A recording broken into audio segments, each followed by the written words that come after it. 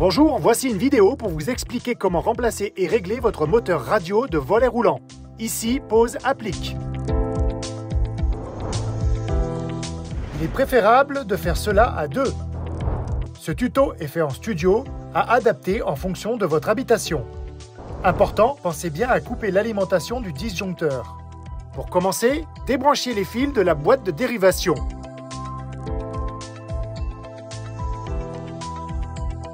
Pour rendre libres les câbles du moteur, attachez-les au bout d'une fine corde afin de pouvoir faire repasser le câble du nouveau moteur plus tard.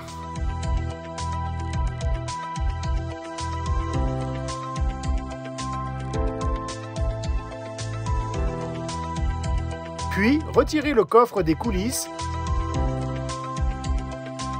et une fois la corde passée côté volet, défaites le lien en le laissant dans le mur. Ensuite, dévissez les vis du coffre de la console côté moteur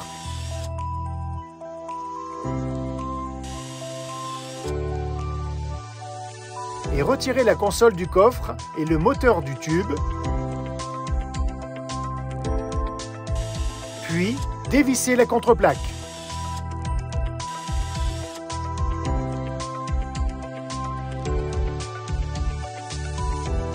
Après, retenez le numéro où le support moteur a été vissé, puis dévissez-le.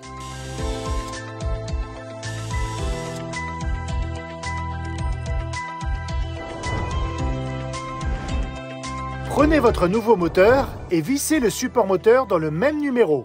Important, si le support moteur a été vissé sur le numéro 165, positionnez-le dans la même direction que le câble électrique. En revanche, s'il a été vissé sur le numéro 150, positionnez-le dans le sens opposé.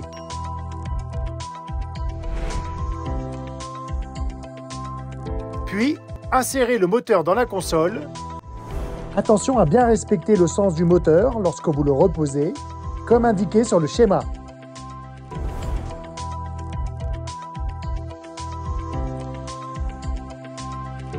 Vissez la contreplaque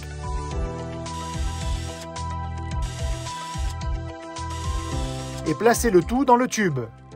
Avant de tout repositionner dans le coffre, pensez à bien mettre l'embout et l'encoche dans le même axe afin de pouvoir régler les fins de course du moteur. Puis, terminez d'insérer le moteur dans le tube. Refaites passer le câble dans l'encoche. Repositionnez la console. Et revissez le coffre inférieur.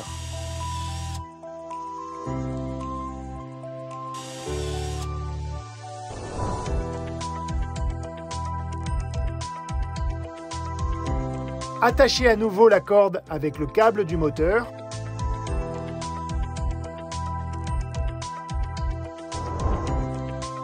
Puis tirez doucement sur la corde afin que le câble du moteur repasse côté boîte de dérivation. Et remettez en place le coffre sur les coulisses. Puis, après avoir défait la corde, rebranchez les fils du moteur dans la boîte de dérivation afin d'effectuer les réglages de mise en service.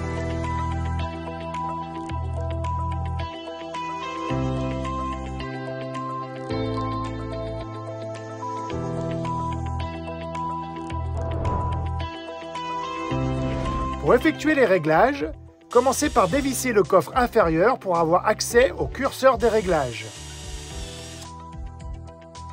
Remettez l'alimentation, le moteur réagit d'un à coup.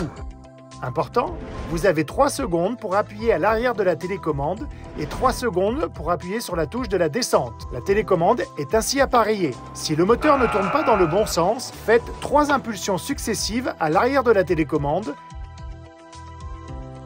et une impulsion sur la touche de la descente.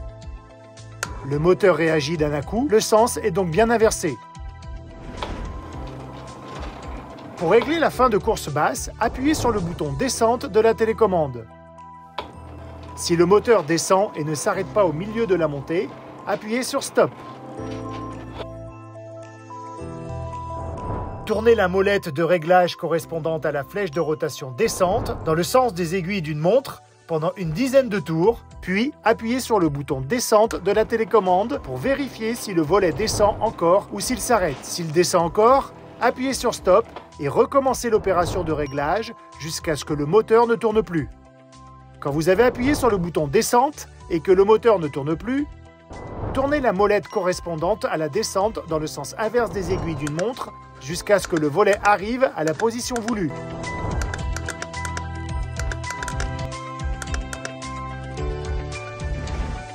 Pour régler la fin de course haute, appuyez sur le bouton Monter de la télécommande.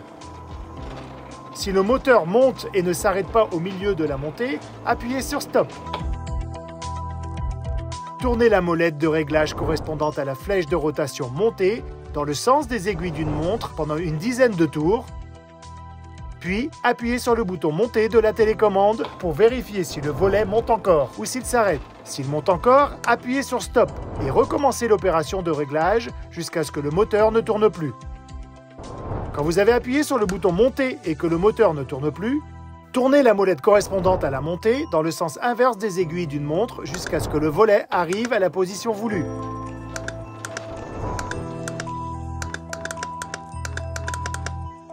Pour finir, vérifiez les réglages en faisant une descente et une montée, réajustez si besoin.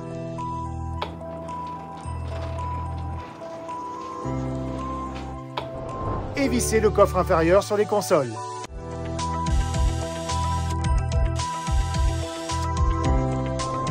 Terminez par revisser le cache de votre boîte de dérivation.